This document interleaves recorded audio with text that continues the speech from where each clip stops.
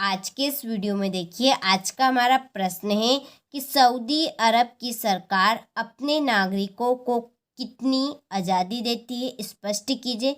तो आज के इस वीडियो में हम इस प्रश्न का अध्ययन करेंगे कि सऊदी अरब की जो सरकार है वहाँ अपने नागरिकों को कितनी आज़ादी देती है, यानी कितनी छूट देती है। तो आइए इस प्रश्न को हम स्पष्ट करते हैं और इसको हम अच्छे से समझते हैं कि सऊदी अरब की सरकार निम्न कारणों से आज़ादी देती है। तो नंबर 1 कि देश में एक वंश का शासन चलता है और राजा या शाह को चुनने या बदलने में लोगों की कोई भूमिका नहीं होती है। तो देखिए, जो सऊदी अरब है यह एक देश का नाम है।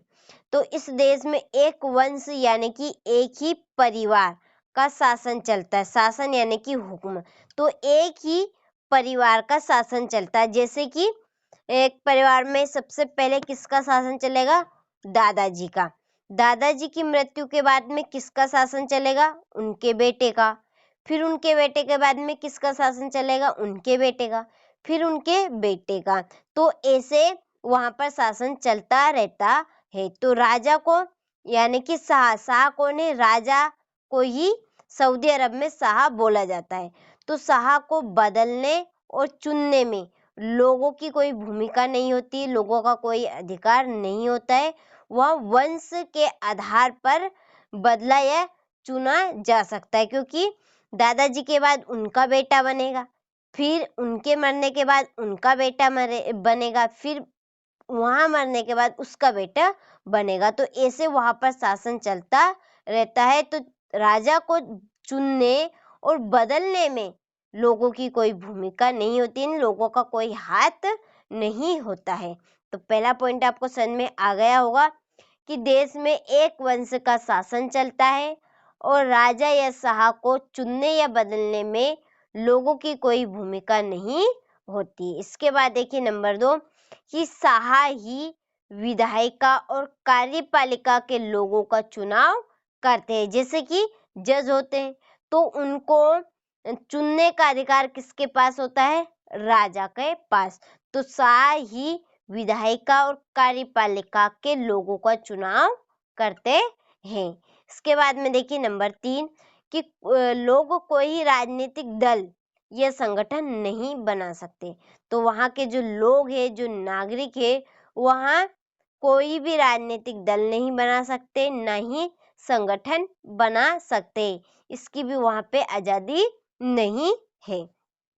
इसके बाद में देखिए नंबर 4 है कि मीडिया यानी कि रिपोर्टर शाह की मर्जी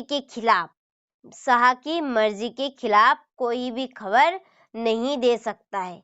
जो रिपोर्टर होते हैं वहां शाह की बिगर मर्जी के खिलाफ क्या नहीं कर सकते? वहां कोई भी खबर पहुंचा नहीं सकते हैं नागरिकों तक। यदि शाह देंगे अपनी मर्जी तो ही जो मीडिया वाले हैं वहां खबर दे सकते हैं, नहीं तो नहीं देंगे। इसके बाद देखिए नंबर 5 कि कोई धार्मिक आजादी नहीं है, केवल मुसलमान यहाँ के नागरिक हो सकते हैं। धार्मिक आजादी जैसे कि हिंदू में कौन कौन से धर्म होते हैं? हिंदू है, पूजा पाठ करते, त्योहार मनाते।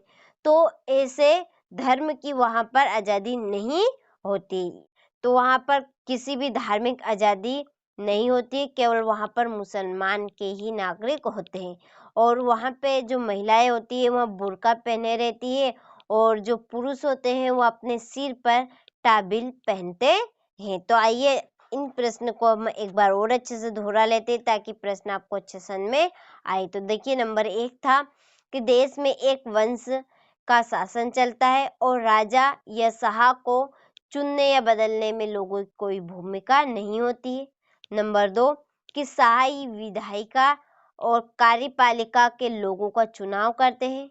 और नंबर 3 कि कोई राजनीतिक दल या संगठन नहीं बना सकते हैं।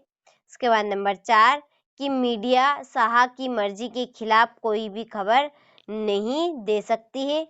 और नंबर 5 है कि कोई धार्मिक आजादी नहीं है, केवल मुसलमान के नागरिक हो सकते, वहां पर मुसलमान के ही नागरिक हो सकते हैं। तो आपको प्रश्न अच्छे समझ में आया होगा, तो आप अच्छे से स्क्रीनशॉट लीजिए इस प्रश्न का और अच्छे से अपनी नोटबुक में इस प्रश्न को नोट कीजिए।